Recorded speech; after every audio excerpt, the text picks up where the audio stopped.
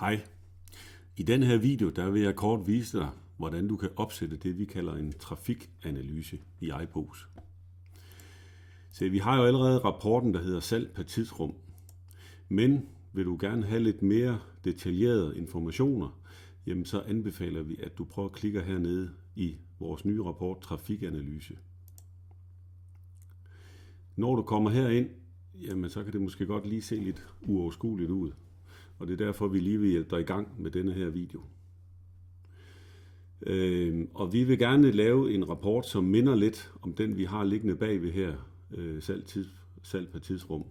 Så jeg starter med at sige, at vi vil gerne have et tidsrum på den her akse her.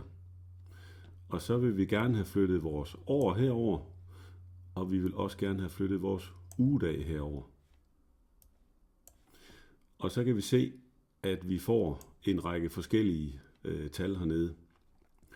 Og det vi får, jamen det er en optælling af de bonger, der er blevet lavet i tidsrummet. Det vil sige, at i 2024 om tirsdagen fra kl. 10 til 11, der kan vi se, der er blevet lavet 568 bonger på alle tirsdage imellem 10 og 11. Men det er egentlig ikke det, vi er interesseret i. Vi vil gerne have en sum.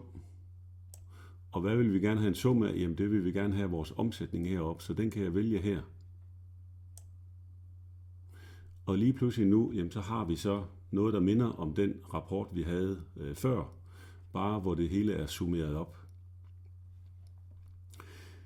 Hvis jeg kun vil se for et enkelt år, jamen så kan jeg klikke mig ind her på års, og så sige, at jeg er egentlig ligeglad med 2024, og så sige apply. Og så får jeg kun for et helt år, nemlig 2025, som man kan se her.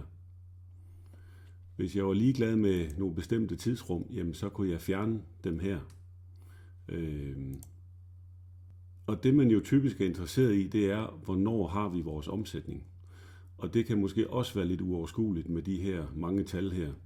Men der har vi så muligheden for at gå herop og så sige, jamen jeg vil gerne se det på sådan et heatmap.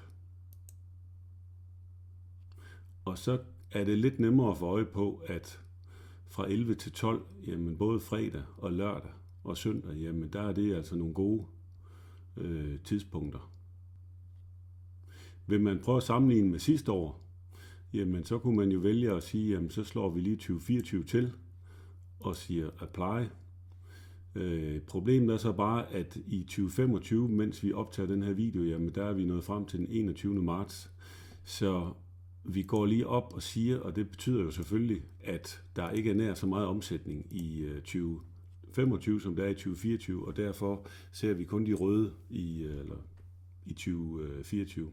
Men hvis vi nu siger, at vi vil sammenligne kun de samme uger, jamen, så kan jeg klikke op her, og så sige vælg ingen, og så kan vi for eksempel sige, at vi vil gerne se det for de første 10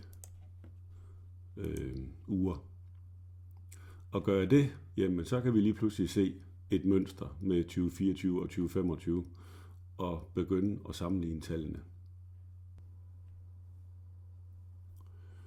Når du synes, du har fået lavet noget godt, og du kunne få lyst til at gemme det, jamen så har du også muligheden for det. Du kan klikke på plusset heroppe, og så kan du kalde det for det, du nu har lyst til, og så kan du trykke på gem-knappen herover. Så får du nu over i venstre side en rapport, som gerne skulle være gemt til næste gang, du kommer herind. Tak fordi du kiggede med.